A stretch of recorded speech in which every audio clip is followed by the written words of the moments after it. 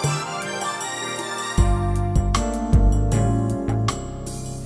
my heart.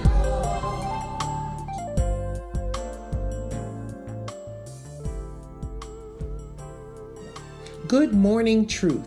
I want to talk to you this morning about self-worth. Many think the way to define one's value is to calculate their net worth, the size of their home, or the luxuries they can afford. The evidence is shown as we as a culture come to idolize things and money, sex, and celebrity lifestyles. Out of one side of their mouth, we have females declaring themselves as something special, but out of the other side of their mouths, they have no problem joining in and singing lyrics that degrade who God created them to be as women, who He entrusted to bring forth life to exalt His kingdom. Then there are men who define their worth by the size of their bank accounts and their ability to draw women. And let's not forget the quote-unquote Christians who have come to be consumed with defining themselves by titles and positions, forgetting in the eyes of God the greatest attribute is humility and the greatest title is servant. Satan has seemed to devalue people from the crack house to the church house to the White House, all while tricking us into believing that we have the ability to bring value to our lives outside of the will of God. The plain truth is we all come from dirt. And when we die, our souls will leave these bodies of flesh that we have come to idolize and return back to dirt. The only means for us to establish any real self-worth in this life is to establish and maintain a relationship with God.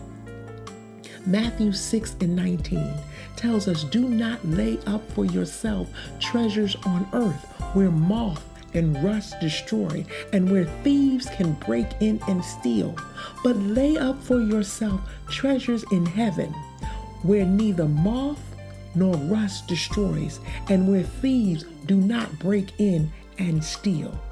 We have allowed Satan to turn our heads and redirect our minds from the reality of true worth. We need to focus more on the will and the purpose God has created us for, rather than the things in our agenda, which are all worthless. The Word of God tells us our bodies will return to the earth and our souls will return to Him who gave it. In all of your life, I bet there's one thing that you have never seen, and that is a hearse pulling a U-Haul. Material things, titles, status, even your cash means nothing in God's heaven, which is why you can't take it with you. And I don't know about you, but when my soul is returned to God, I don't want it to be returned to Him with a list of incomplete assignments. In the eyes of God, we are more than these dirt sculptured bodies. We are more than currency. We are more than inanimate objects. In the eyes of God, we are priceless.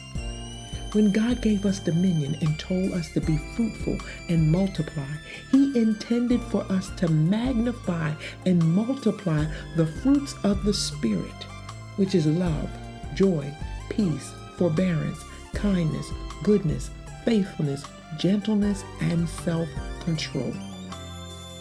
Our souls, our spirits are where our values and our true self-worth is derived. Let us commit to assuring when our souls are returned to the Almighty, our heavenly net worth exceeds all numerical counts. Because as children of the Most High God, we are priceless. In closing, remember when you start your day with truth, blessings throughout the remainder of the day is inevitable. Our theme music is composed by Darren J. Ross and can be purchased at iTunes.